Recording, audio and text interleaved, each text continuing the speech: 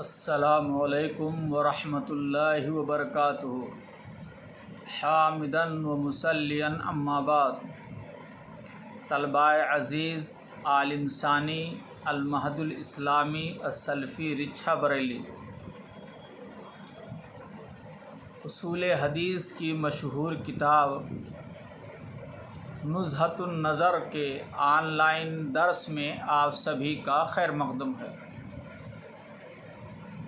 عزیز طلباء، اسکرین پر آپ کتاب کی عبارت دیکھیے۔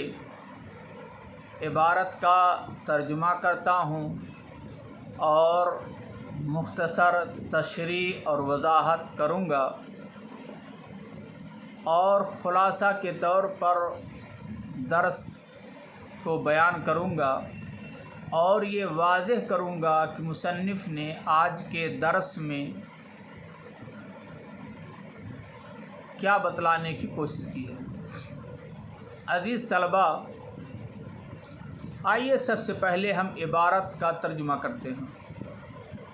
مصنف رحمہ اللہ فرماتے ہیں: تقسیم الخبر باعتبار اصولہ الینا، خبر کے ہم تک پہنچنے کے اعتبار سے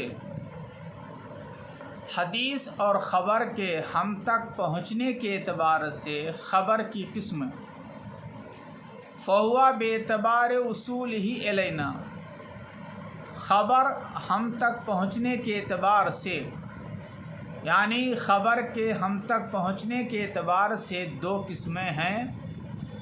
نمبر 1 خبر متواتر، نمبر 2 خبر احاد۔ اما ان یکون لہ طرق، مصنف رحمہ اللہ فرماتے ہیں کہ حدیث اور خبر کے ہم تک پہنچنے کے اعتبار سے حدیث اور خبر کی قسمیں دو بنیں گی۔ اما ان یکون لہ طرق، یا تو اس خبر کی کئی سندیں ہوں گی۔ طرق طریق کی جمع ہے، اور طرق سے مراد بے شمار سندیں، اسانید کثیرہ۔ اما ان یکون لہ طرق، لہو میں ہو ضمیر کا مرجع الخبر ہے، یا تو خبر کی کئی سندیں ہوں گی۔ طرق سے مراد اے اسانید و کثیرہ، بہت زیادہ سندیں ہوں گی۔ لأن طرقا جمع طریق، اس لیے کہ طرق یہ طریق کی جمع ہے، فعیل کے وزن پر ہے۔ وفعیل فی الکثرۃ یجمع علی فعل بضمتین، اور فعیل کی جمع کثرت فعل کے وزن پر آتی ہے، بضمتین، فا اور عین دونوں کے ضمہ کے ساتھ، فعل کے وزن پر جمع کثرت آتی ہے۔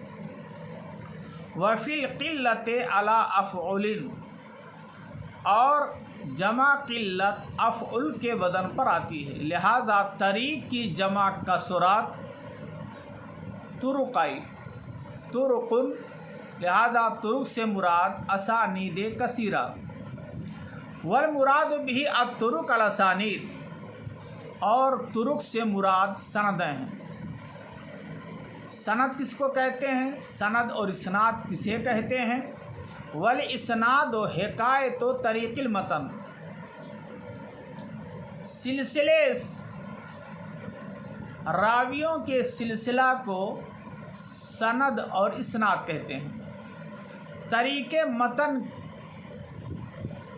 کے بیان کرنے کو اسناد کہتے ہیں۔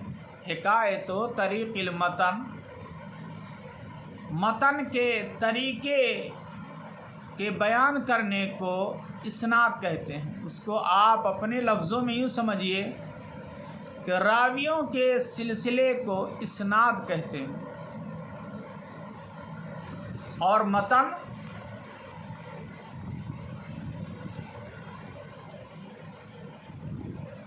متن جو ہے اس کو کہتے ہیں جہاں سے حدیث شروع ہوتی ہے، جہاں پر راویوں کا سلسلہ ختم ہوتا ہے، اس کے بعد والی عبارت متن کہلاتی ہے۔ تو عبارت کا مفہوم یہ ہوا کہ حدیث اور خبر کی ہم تک پہنچنے کے اعتبار سے دو قسمیں ہیں، حدیث متواتر، خبر متواتر اور خبر احاد۔ اور مصنف نے یہ بیان کیا کہ طرق کے معنی سندیں، اور طرق یہ طریق کی جمع ہے، اور فعیل کی جمع کثرت فعلن آتی ہے جیسے طرقن، اور جمع قلت افعل آتی ہے، لہذا یہاں طریق سے اسانید کثیرہ مراد ہے۔ طریق متن کے بیان کرنے کو اسناد اور سند کہتے ہیں۔ تو حدیث کے ہم تک پہنچنے کے اعتبار سے حدیث اور خبر کی دو قسمیں بنی، خبر متواتر، خبر احاد۔ خبر متواتر کسے کہتے ہیں؟ حدیث طلباء، آپ نے پڑھا ہے کہ حدیث متواتر اس حدیث کو کہتے ہیں جس کو ہر طبقے میں اتنی زیادہ تعداد میں روات نے حدیث کی روایت کی ہو جن کا شمار ناممکن ہو، اور یہ کثرت، یہ تعداد کی کثرت شروع سند سے لے کر انتہائی سند تک ہر طبقہ میں برابر ہو، اور ان راویوں کا جھوٹ پر اتفاق کر لینا یا ان سے جھوٹ کا صادر ہونا عادتاً محال ہو، اور ان کی خبر کا دار و مدار حسی چیز پر ہو، اب خواہ وہ مسموع ہو یا مشاہدے سے ہو۔ جیسے کوئی راوی یا صحابی کہے سمعت رسول صلی اللہ علیہ وسلم، یا کہے رأیت رسول صلی اللہ علیہ وسلم یقول، تو اس کو حدیث متواتر کہتے ہیں۔ اور حدیث متواتر علم یقینی کا فائدہ دیتی ہے۔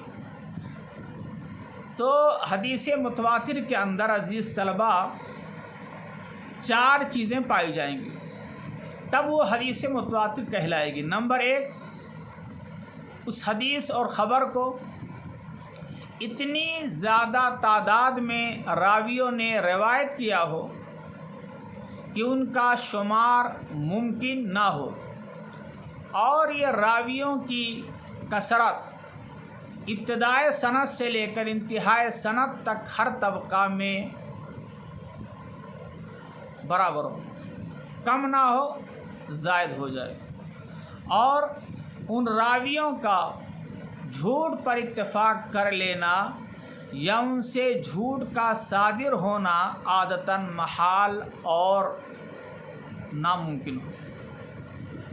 ان کی خبر کا، روایت کا دار و مدار حسی چیز پر ہو، عقلی چیز پر نہ ہو۔ جب یہ چیزیں ہوں گی تو اس کو حدیث متواتر کہیں گے، اور حدیث متواتر علم یقینی کا فائدہ دے گی۔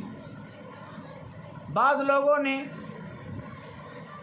علم یقینی کو بھی حدیث متواتر کے شرائط میں شمار کیا ہے، اور اس طرح سے 5 شرطیں ذکر کی ہیں۔ آئیے عبارت دیکھتے ہیں۔ المتواتر و شرائطہ، حدیث متواتر اور اس کے شرائط۔ وَتِلْكَ الْكَثْرَةُ أَحَدُ شُرُوطِ التَّوَاتُرِ، کہتے ہیں کہ یہ کثرت، یعنی حدیث کے روات کی کثرت، یہ حدیث متواتر کی شرطوں میں سے ایک اہم شرط ہے۔ حدیث متواتر کی شرطوں میں سے ایک اہم شرط یہ ہے کہ حدیث کی روایت کرنے والے راویوں کی تعداد اتنی زیادہ ہو کہ ان کا شمار ناممکن ہو۔ فَإِذَا وَرَدَتْ بلا حصر عدد معین، اور جب یہ اسانید کثیرہ عدد معین کے اندر بغیر حصر کے، بغیر انحصار کے وارد ہوں، یعنی راویوں کی تعداد متعین نہ ہو، راویوں کی کثرت اتنی زیادہ ہو، تعداد اتنی زیادہ ہو کہ ان کا شمار ناممکن ہو۔ اذا وردت بلا حصر عدد معین، جب راویوں کے معین تعداد بلا حصر کے ہو، یعنی راویوں کی تعداد متعین نہ ہو، بل تکون العادت قد احالت تواتؤهم على الكذب وقضا وقوعه منهم اتفاقا من غیر قصد۔ اس طریقے سے عادت جھوٹ پر ان کے متفق ہونے کو محال سمجھتی ہو، اور اس طریقے سے ان راویوں سے بلا قصد اور ارادہ جھوٹ کا صادر ہونا بھی محال ہو، یعنی ان راویوں کا جھوٹ پر اتفاق کر لینا عادتاً محال ہو، اور بلا قصد اور ارادہ ان سے جھوٹ کا صادر ہونا بھی محال ہو، تو اس کو حدیث متواتر کہیں گے۔ فلا معنی لتعین العدد علی الصحیح۔ مصنف رحمہ اللہ فرماتے ہیں کہ عدد کی تعیین یہ ضروری نہیں ہے صحیح قول کے مطابق، یعنی صحیح قول کا مطلب یہ ہے کہ جمہور کے قول کے مطابق عدد کی تعیین کی قطعاً ضرورت نہیں ہے۔ حدیث متواتر کے لیے عدد کے تعین کی ضرورت نہیں ہے۔ کچھ لوگ 4، کچھ لوگ 5، کچھ لوگ 20، کچھ لوگ 7 جو متعین کرتے ہیں، یہ متعین کرنا درست نہیں ہے، اس کی کوئی ضرورت نہیں ہے۔ اب بتلاتے ہیں کہ جن حضرات نے حدیث متواتر کے راویوں کی تعداد متعین کی ہے اور دلیل پکڑی ہے، وَمِنْهُمْ مَنْ عَيَّنَهُ فِي الْعَرَبَةِ، اور بعض لوگوں نے حدیث متواتر کے راویوں کی تعداد کو 4 میں منحصر کیا ہے، متعین کیا ہے کہ راویوں کی تعداد 4 ہونی چاہیے تو علم یقینی کا فائدہ دے گی۔ وَقِيلَ فِي الْخَمْسَةِ، اور بعض نے 5 میں متعین کیا ہے کہ راویوں کی تعداد 5 ہو۔ وَقِيلَ فِي السَّبْعِ، اور کسی نے 7 اور کسی نے 10۔ وَقِيلَ فِي الْاثْنَيْ، کسی نے 12۔ وَقِيلَ فِي الْأَرْبَعِينَ، اور کسی نے کہا 40 ہو، اور کسی نے کہا فِي السَّبْعِينَ 70۔ تو کسی نے تعداد 4 متعین کی، کسی نے 5، کسی نے 7، کسی نے 10، کسی نے 12، کسی نے 40، کسی نے 70، اس کے علاوہ بھی بے شمار، کسی نے 313 وغیرہ، اور ہر ایک نے دلیل پکڑی، اور اس کا تذکرہ میں نے پچھلے درس میں کیا ہے۔ آپ اس درس کو غور سے سنیں تو یہ عبارت سمجھ میں آ جائے گی۔ وَتَمَسَّكَ كُلُّ قَائِلٍ بِدَلِيلٍ جَاءَ فِيهِ ذِكْرُ ذَلِكَ الْعَدَدِ، اور ہر قائل نے، ہر شخص نے حجت پکڑی ہے، استدلال کیا ہے اس دلیل سے جس میں اس تعداد کا تذکرہ آیا ہے۔ کسی نے 7 کہا تو کہا آسمان و زمین 7 ہیں، کسی نے 313 کہا تو کہا غزوہ بدر میں 313 تعداد تھی، جنگوں میں 313 تعداد تھی، احد وغیرہ میں۔ تو وَتَمَسَّكَ كُلُّ قَائِلٍ بِدَلِيلٍ جَاءَ فِيهِ ذِكْرُ ذَلِكَ الْعَدَدِ، ہر شخص نے جو جس بات کا قائل ہے، ہر قائل نے اس دلیل سے حجت پکڑی ہے جس میں اس تعداد کا تذکرہ آیا ہے، اور کہا ہے جب یہ تعداد متعین ہو، جب یہ تعداد پائی جائے گی فَأَفَادَ الْعِلْمَ، تو وہ حدیث علم یقینی کا فائدہ دے گی۔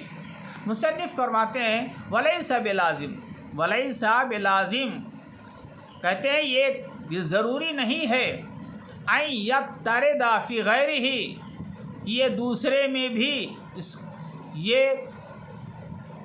چھوڑا جائے، دوسرے میں بھی یہ ہو، لِاحتمال اختصاص، اس لیے کہ خصوصیت کا احتمال ہے۔ مصنف اس عبارت سے لیس بلازمین سے یہ کہنا چاہتے ہیں کہ یہ کہاں ضروری ہے کہ جہاں وہ اعداد پائے جائیں افاد علم ہو جائے، کیونکہ اس بات کا قوی امکان ہے کہ جہاں مثلا 4 کی عدد سے افاد علم ہوا تھا وہاں ان چاروں افراد میں سے کوئی ایسی خصوصیت موجود ہو جو افاد علم میں معین ثابت ہو، یہ ضروری نہیں ہے۔ اور مقامات میں بھی مفید علم یقینی ہو، یعنی یہ ضروری نہیں ہے کہ 4 کی تعداد سے یہاں علم یقینی کا فائدہ ہوا تھا تو یہی تعداد کہیں اور پائی جائے تو وہاں بھی علم یقینی کا فائدہ ہو، یہ ضروری نہیں ہے۔